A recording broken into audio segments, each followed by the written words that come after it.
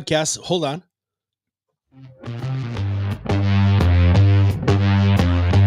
All right, the Be Your Own Loud podcast is brought to you by Proudmouth and Influence Accelerator Academy. And today, sorry, I just really wanted to play with my new toy there, Matt. I apologize. Matt Gagnon. Okay, so this is what's going on.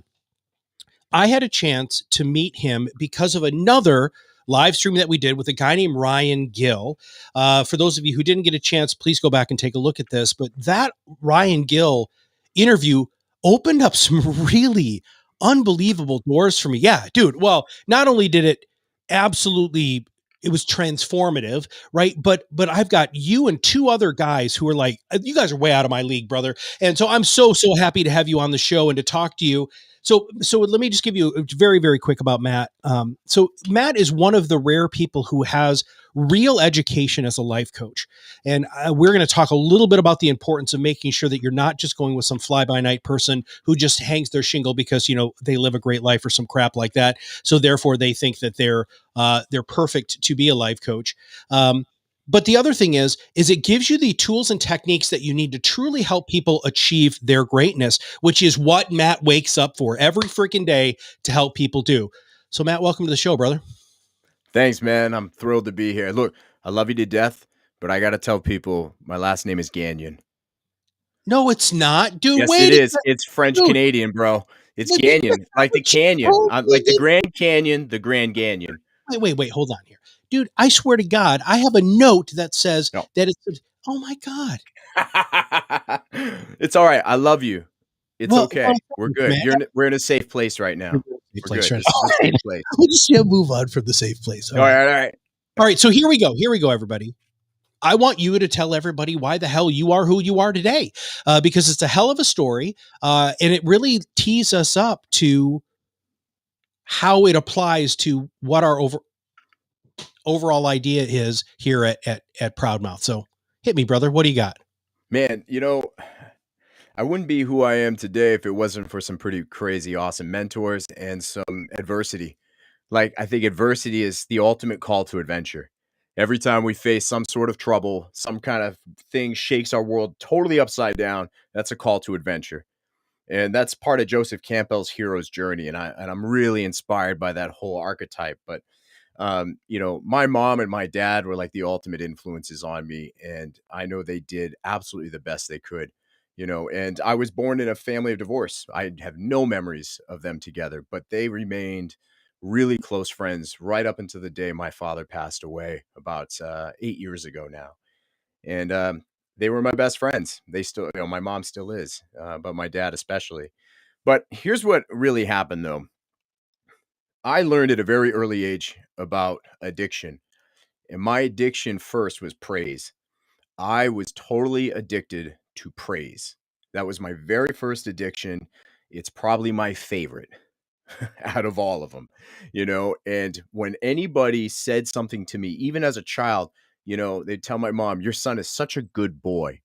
I loved hearing that. And it fueled me to do good things because I could hear that stuff. It's not the right motivation, but everything I did was about being the golden kid, do the right thing. And I really felt that at my core. But I had an unhealthy relationship with it. And I had an unhealthy relationship with, you know, not sharing how I felt. I felt like I could be there for everybody else and support them and be that vulnerable figure, but uh, I couldn't let anyone pour into me. You know, I just couldn't. And honestly, a lot of people felt nervous if I was having a bad day because they were like, man, if you're having a bad day, something's going wrong. So I checked off all the boxes on how to be a good kid. I checked off all the boxes. And yet somehow I just got raging mad by the time I was in my 20s. And I just felt like I had been hurt by so many different people and made so many choices and just let toxic people into my life. And I was just angry. I was tired of always being that golden kid. Plus, I'd taken quite a few hits to the head from high school football. And that started racking up. I didn't know how much damage that had caused in my life until about 8, 9 years ago, about the brain injury it caused. But adversity, again, was the big thing. I took that adversity and into my 20s, I started being praised constantly with money, with my job, you know, being in the retail industry. I was praised with awards, promotions, and just extra over the top opportunities. Like everything was just totally bonkers. Like I was getting all of this stuff and I would run myself silly into the ground, traveling up to 26 nights a month, and working nonstop. I was drinking 15 cans of sugar-free Red Bull a day plus 60 milligrams of Adderall. Holy crap. I was bulletproof. Oh my God, dude. Yeah. That's damaging levels of crap. That's what I've heard. It's funny. I could have told people that I was drinking a case of beer every night, and they're like, bro, you probably have a problem. But when I Yeah. say the Red Bull thing, they're like, you should be dead. Like, it's just an immediate response. Like, that is not cool. I had bartenders say, I don't feel responsible. Like, this just doesn't feel right. I can't give this. Like, I got cut off from Red Bull, but I did it to keep going, Yep. going, because who would I be if I wasn't always energetic, if I wasn't the cheerleader that people said I always was? Who would I be? I thought I wasn't going to be of any value. I never thought I was smart. I struggled academically like crazy. Yet I was class president. I was a captain of the track team. Did great with football. Grade wise, awful. And I had a boss at the time who told me I wasn't that smart, but promoted me. So it was addicted to that energy. I had very toxic mentors too. And the thing was, I thought I could help them. It wasn't my responsibility to help them. Yeah. So there was a lot of betrayals. And, in all honesty, like I had a mentor seriously betray my own trust. And I wrote my own Me Too article about it. It Oh, was a bad experience. They just made several moves on me, but yeah. totally inappropriate. And it was harassment for a long time. And I felt like a very small individual. And so it Oh, was during that time period in life where I just had strayed so far off track, because that's the thing. Hurt people, yeah. you know? And I was feeling so small in life and beat down that I lashed out at others too.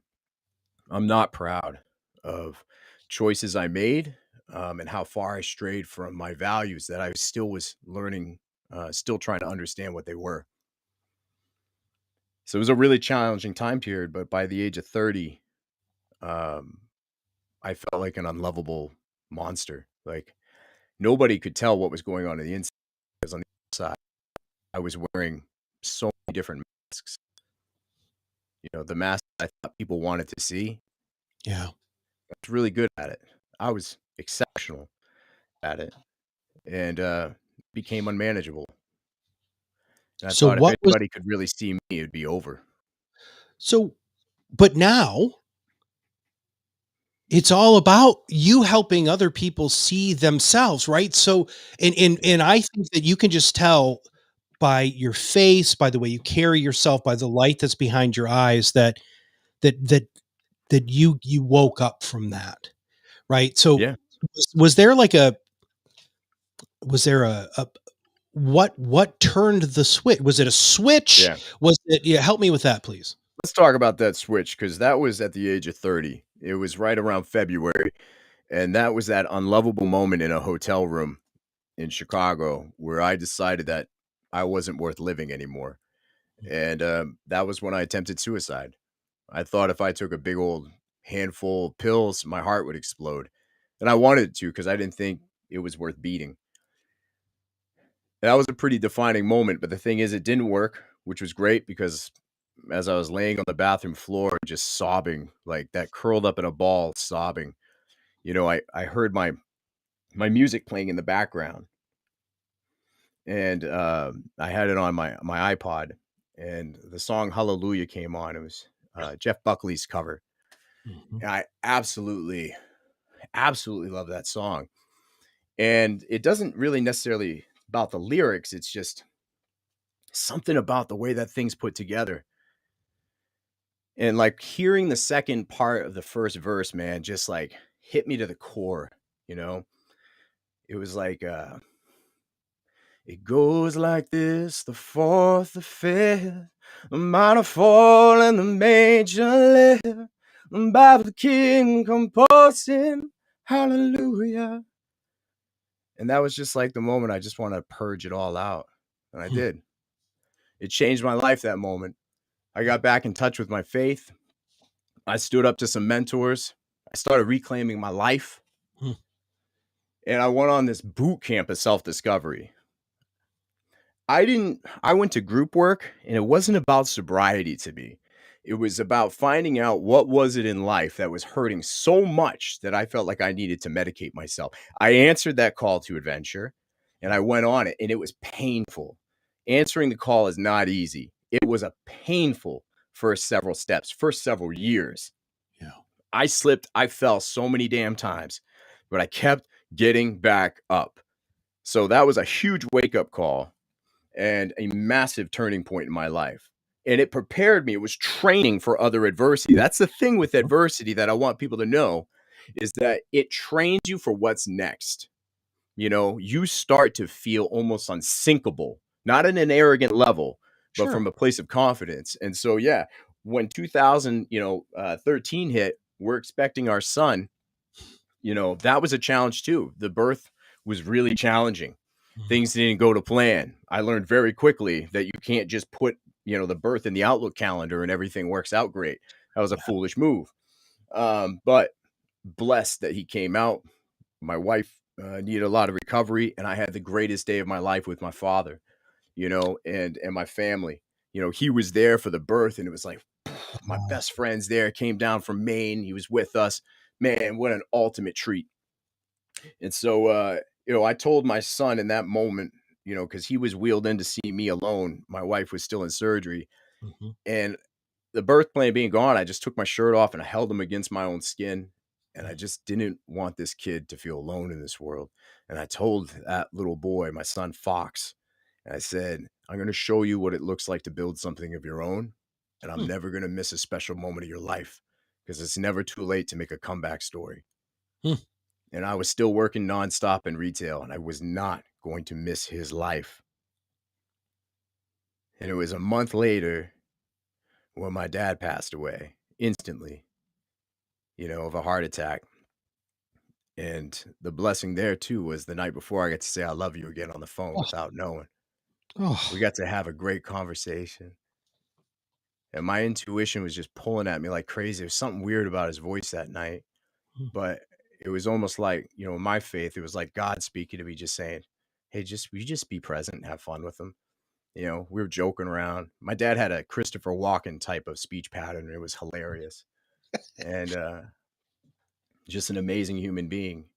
And really, some of my last conversations with him when he was still visiting in Texas was he was putting his hand on my shoulder and he was looking over the house that we had bought. He was like, man, I'm really proud of you. You made it. And Hmm. you're going to be a great father. You know, Shit. that was like the greatest thing ever. So when he passed, there was nothing left unsaid. Oh. What a gift.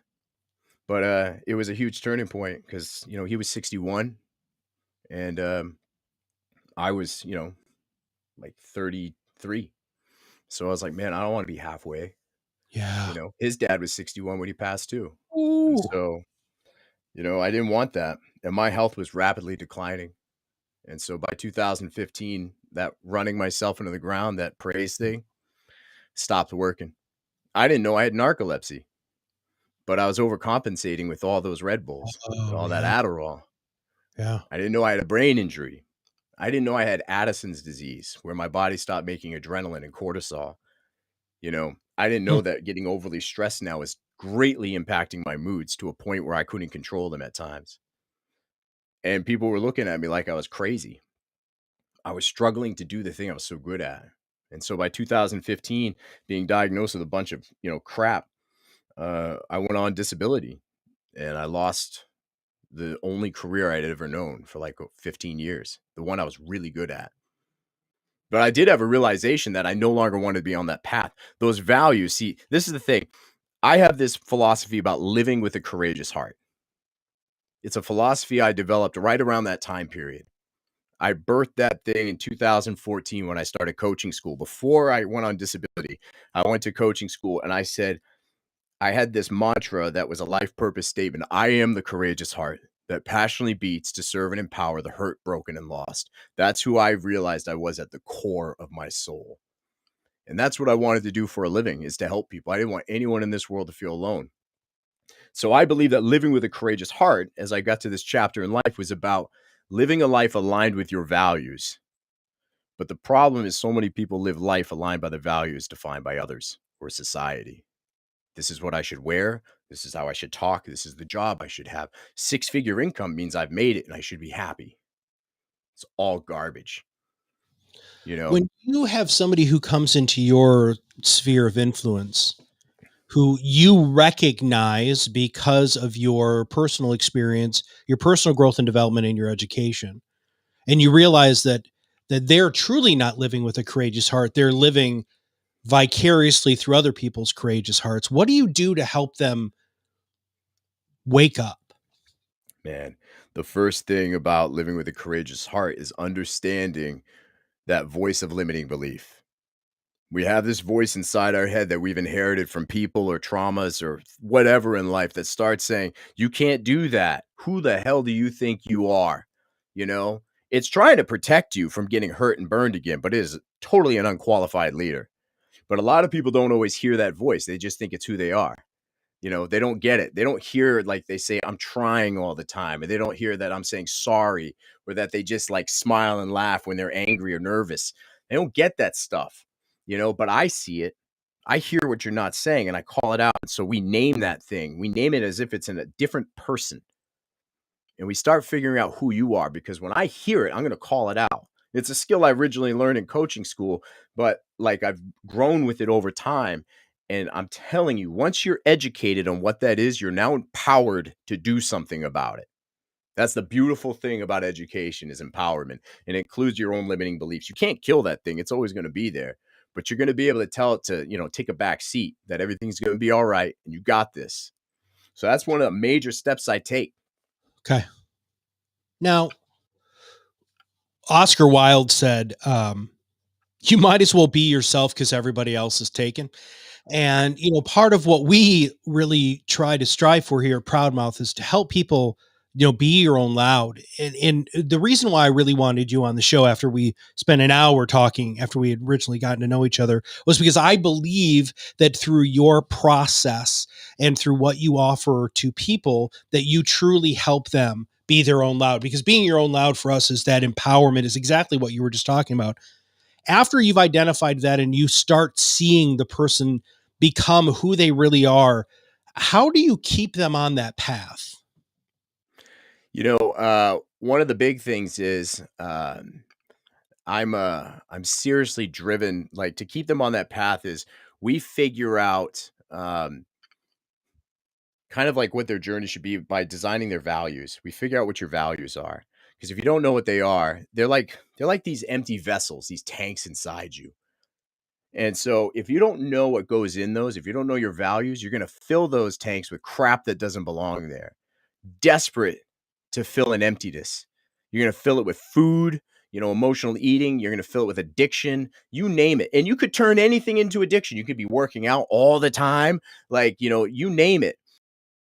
But when we identify those values and going through an exercise of, like, when were those peak experiences in your life? I guarantee you all your values lived in that. Were you writing more? Were you outside more? Were you playing music? Were you spending connection time with good friends? Did you have strong faith? We dig back into that stuff. People forget what they love to do, the things that brought them to life. And we figure out, what did those activities evoke in you? They all have some kind of common thread, but each one of those values has one or two things that stand out the most in it. And so once we identify those values, that determines what we say yes and no to in life. And it's like, okay, how did this align with your values? Will taking this job allow you to do the things you really want? Because when they say, hey, this new job is going to be huge for me, like, I think it's a huge promotion, whatever it may be. And I asked them, I said, well, what do you really want to do with that? They're like, I want to spend more time with family. I want to travel, and they say those things. I'm like, will this job allow you the capacity to do that? And that's when the light bulb goes off. And they're like, no, I'm going to be traveling more, actually. Right. And I had the same breakthrough with myself. I was on a fast track. I could get promoted quickly in retail. And all of a sudden I realized, like, I'm going to be traveling even more. Like, they will own even more of me, but it's going to give me more money. you know? And I look at my son and I'm hearing Cats in the Cradle playing, and I'm like, Yeah. I can't. No, no, no, no, no, no. You know what, dude? That song still destroys me to this day. And secondly, was a huge, I mean, much like the Hallelujah song that, really got you out of the first stage of what you needed to get yourself out of. That Yeah. that to me is what I think a lot of people do. A lot of people work so hard early in their life to chase wealth, and then they have to use all of that wealth to just try to live the last little bit of their life with any sort of uh, I don't know, happiness whatsoever. And the other thing too, and I learned this from my mentor, for everything that you want in life, you have to give up something proportionate to that want. And that to me, when you look at your values, when you start noticing that you're giving up core values to get something that's maybe incrementally better, I mean, that hurts your soul. What do you think about that? I think absolutely I agree with that. Because if you have to show up at work differently than you show up at home, you got a problem. That's the first step about putting on a mask. I hear people say it all the time. Well, at work I'm this way, but at home totally different. And I'm like, how do you remember who you are after a while? You'll forget. But the thing about the values is sometimes it's counterintuitive for people because like when work gets crazy, they're like, I have to grind away. I got to hustle. I got to grind. I got to give up sleep, not go to doctor's appointments, give up vacations. I'm like, holy smokes, man. You know what you got to do? Because here's the thing, I created this whole program around routines. And the whole thing about morning routines has been how to create time for yourself and your values. What's important? Do you want to work out? Let's create time for that. But they're like, yeah, tomorrow I like getting up early, but I think I really want to tackle my emails. And I'm like, absolutely not. No way. No, no, no. You're going to have your emails later. Instead, what would it be like to fuel your tanks with the stuff that fills you up? You want to meditate? You want to read? You want to play guitar? Like 5 minutes of that stuff will give you enough energy and juice to like really kick butt during the day. And I love that stuff. And so I'm like, hey, invest in some small things and see what they do for you. I remember having a tough day where I was just like so frustrated with my Wi-Fi and everything else, nothing working. I'm like traveling across the country in an RV at the time. We sold our like all of our stuff. We're doing this huge adventure and my stupid crap won't work so I can do my job, and I step out of the RV and I look up and there's a massive mountain in front of me. And I'm like, screw everything. I grabbed the backpack and I climbed a mountain. Like, and you know what? After a while, that's one of my values. I'm huffing and puffing up that thing and realizing how out of shape I was at the moment. And I couldn't think about stress. All I could think about was breathing, and then I get to this certain spot and I'm looking around me and I'm seeing these fresh berries everywhere. And I'm like, man, I can eat out here too. This is amazing. We have like, I can just feed myself from nature's. And then I get to the top of the mountain and just everything opened up. And I was like, man, I sat up there for a while and I just started writing. I couldn't stop writing. I had all this material I was writing for work. And it was for me, actually, it didn't feel like work. All this stuff. It was amazing, man. And so that's what I tell people. Just a little bit can fill your cup so Yeah. much. Yeah. In living in the world, Mhm. in living in the world, right? In Yeah. understanding that the world is as abundant as everything you just said, dude. When you're having to huff and puff, you realize that one, you can, and two, that the earth is giving you all of that. Then when you look around and I love when you said, there's berries all over the place. I can eat Yeah. here too, right? Yeah. I mean, if you look at what the world can give you with your eyes wide open, Mhm. it's truly a miraculous thing. Now, when it comes to, once again, helping people live with a courageous heart, That's right. there's so much noise out there, Matt, right? So this is something that we fight all the time. Whether you're a business person, you're not a business person, you're just existing in the world, there's Mhm. so much noise. How do you help people through the values foundation, through the coaching that you provide and the accountability that you provide? How do you help them rise above the noise to truly understand what is real and what is around them? Well, can you say that last part again? You broke up. Yeah. How do you, through your values based coaching, so your coaching foundation, the values, and through your accountability, how do you help people rise above the noise so that they actually see the world as it is, not Yeah. through all of the masks and the stuff that they're wearing? Yeah. You have to be willing to do things that make you uncomfortable. That's the biggest thing. And that's what I tell people. I'm like, if you're not willing to be uncomfortable with me, this isn't going to work. If you're not willing to try something other than what you've done every day, this is not going to work, you know? And when people complain about this, well, the way I've always done it is I'm like, then go back to doing it that way, but get used to the way it's been, you know? And if you don't want to take any risks because you're waiting for the perfect moment, you better get used to waiting. Just get used to it. Enjoy the wait. So I challenge people in their limiting beliefs and I push them to be uncomfortable. There are times when I've thrown down pretty big challenges. When somebody's been talking about their job being such a pain over and over and over again, I'll throw it down and say, okay, when are you going to quit your job? And they're like, everything goes silent. I'm like, what's the date? Let's put a date on the calendar. When is it going to happen? They're like, January 15th. I'm like, all right, great. So that means you're going to give your 2-week notice, right around January 1st, end of December, right? Okay. I'll send you a calendar invite. I send them a calendar. They're like, no, this is getting very real. And I'm Yep. like, perfect, Yep. great. But you know what it did? It did make it real. And I'm like, the date can change, but we've made it real by putting it on the calendar. Now they're rising above and they're starting to see this strength that they have inside themselves, that they've made this choice. They've started standing up for themselves. They've started creating boundaries in their life and they're getting that confidence back. It is epic. And now they're starting to see the beautiful family they have. They're starting to see that there's a beautiful day outside, that they have all these blessings in their lives. They've gone from outside of their head and now outward. And it's gorgeous to see happen. Mhm. Watching people reclaim their lives and becoming really fearless through that process. I've seen people make some pretty bold, life-changing moves, and it makes everything that I've ever been through in life so worth it. If I can be at that point to have that trust from them to make those massive changes in their life, I'm blown away. I Yeah. mean, they've done all the work. I'm just being a guide, and I'm just massively inspired by them.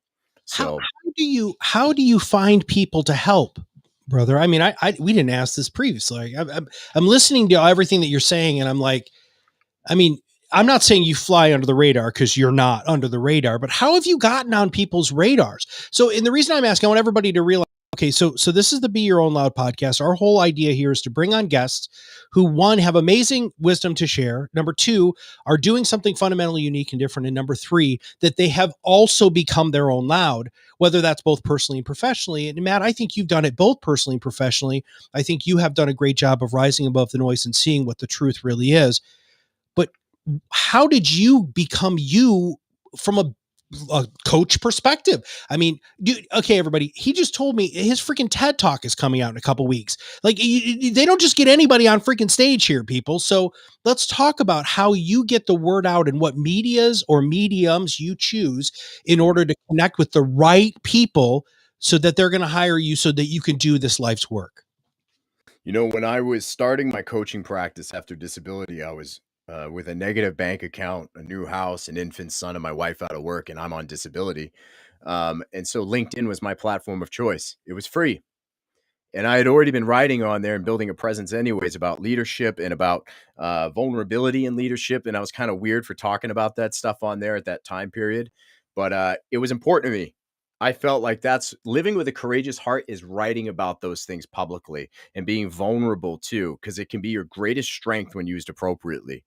So I lived with a courageous heart and I lived that through my videos, through my writing, and I wasn't doing necessarily sales pitches. I was the sales pitch. Like it was me, my values saying, hey, look, I wanted to be a lighthouse to other people and say, if you align with this thought process, this mindset of living with a courageous heart, I'm over here. You're not alone.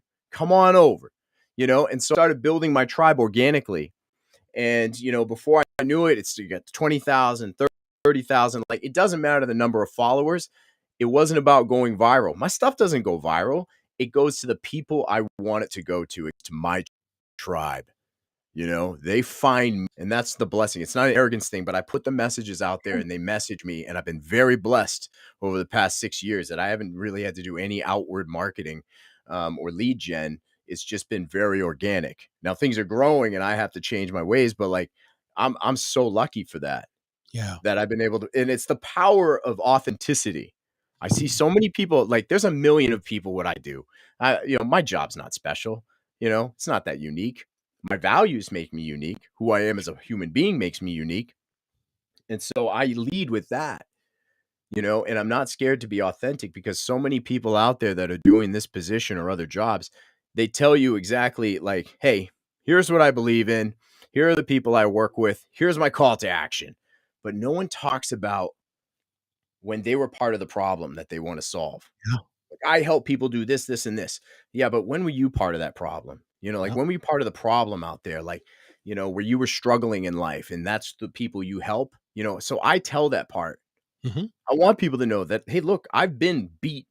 I've been beat up, not beat, but I want people to know, I want them to know even now that I have struggles, you Hmm. know?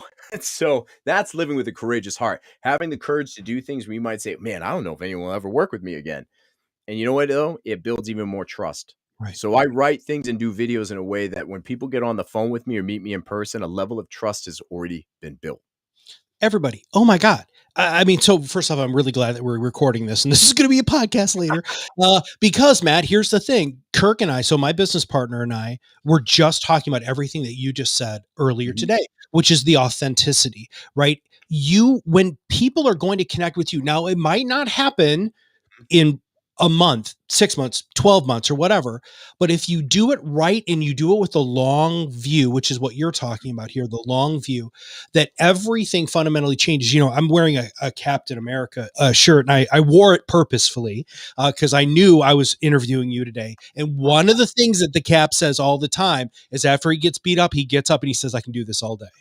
Yeah. It's just And that's the thing is you guys need to realize, man, it doesn't matter. You get beat down. If you have the right people in your corner, if you've built your right value system, then all of the sudden you have the opportunity to truly be your own loud and rise above the noise and live a life that you're going to truly be proud of, which I you believe is nailed living it. a courageous heart. That is living with a courageous heart, and I wanna help people find that voice, because so many people come to me that are just big, bold, beautiful human beings, and they speak really quietly, you know? Even if they do have that loud, boisterous voice, what's coming out of it isn't anything powerful, it's just stuff to try and be interesting and hopefully fit in whatever it may be. But I'm like, "Let's find your voice." Are you willing to turn some people off? Are you also willing to find your people?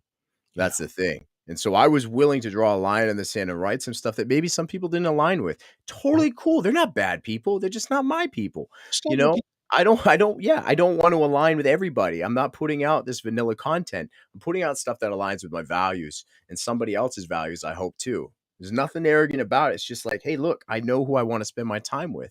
Mhm. And so, yeah, I want to help people find that voice. And I've seen it so many times where I've watched people stand up taller in life and tell people no. Like people who've said yes all the time, they're now saying no to things. They're no longer being people pleasers. They're their own human being now. And that's the most beautiful thing. And like I said, these things that they work through and overcome, it's all training for the next thing. That's why when COVID hit and this pandemic happened, I felt ready. I was Mhm. like, "I can handle this. I've been through it. I had swine flu anyways." I was like, "I've done pandemics before." So, not like this one, but I'm like, "All right, come Right.